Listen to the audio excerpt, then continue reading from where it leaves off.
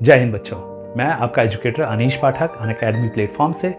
मैं आपको बहुत सारी क्लासेस आपके लिए वोकैब के लिए प्रिपेयर करा रहा हूँ। अनअकैडमी पे भी काफ़ी सारी क्लासेस मेरी चलती हैं और डिफेंस आती है जो मेरा यूट्यूब चैनल है इस पर भी। तो सपना है कि इस बार जो भी हम मेहनत करें हमारा NDA 2021 का जो सेकेंड पेपर है उसका सपना पूरा हो जाए। लेकिन कुछ सवाल मेरे पास में बच्चों के ये भी आ जाते हैं कि सर हम मेहनत तो बहुत कर रहे हैं, बहुत चीज़ें करते हैं, एक चीज़ हमें आप बताइए कि अगर हम अपनी बात को सामने वाले से रखते हैं तो हम किस तरह से रखें कि सामने वाले हमारी बातों का रिस्पॉन्ड करें, मतलब जो हमारी जो डिज़ायर्ड रिजल्ट हम चाहते हैं कि ये हमारी बात माने तो किस तरह से मानेगा। देखिए मैं आपको तरीका बता देता हूँ कि सामने वाले से अगर अपनी बात मनवानी है तो उसके 3 फेज़ होते हैं। एक होता है ABC model. A stand for incident, B stands for behaviour and C stands for consequences. देखिए इंसिडेंट होता क्या चीज़ है। इंसिडेंट होता है कि अगर आप किसी व्यक्ति से कोई बात अगर आप बोलना चाहते हो तो आप किस तरह का माहौल क्रिएट करोगे, मतलब अपनी बात को आप किस तरह से रखोगे, वो सबसे ज़्यादा ज़रूरी होता है। फॉर एग्जाम्पल मान लीजिए आपका छोटा भाई अगर आपको टीवी देख रहा है और आप उसको बोला कि टीवी बंद करो, तो कभी बंद नहीं करेगा। इन्फॉर्मेशन मैसेज आपने बोला कि टीवी बंद करो, लेकिन बंद नहीं करेगा।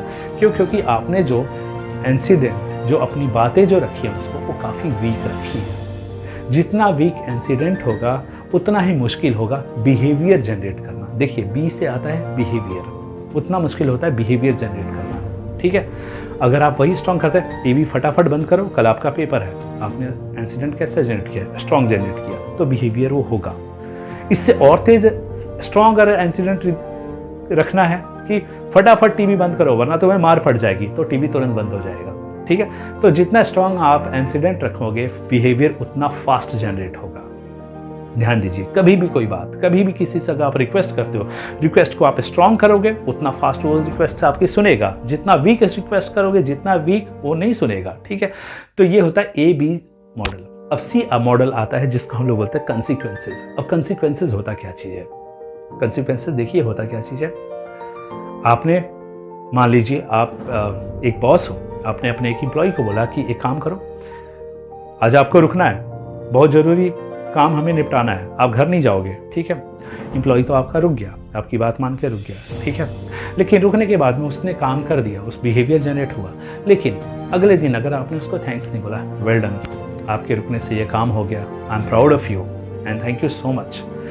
ये क्या चीज़ है? ये कंसिक्वेंसेज आपने जनरेट किया। अगर आप कंसिक्वेंसेज अगर जनरेट नहीं करोगे तो ध्यान दीजिए बिहेवियर आपका एक बार हो सकता है, 2 बार हो सकता है, लॉन्ग टर्म नहीं रहेगा।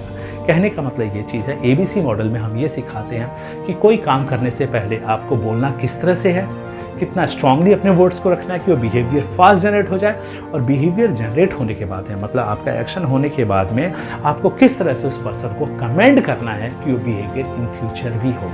ये टेक्निक आर्मी ऑफिसर्स बहुत बार यूज़ करते हैं अपने जवान से, अपने JCO से कुछ काम करवाने के लिए।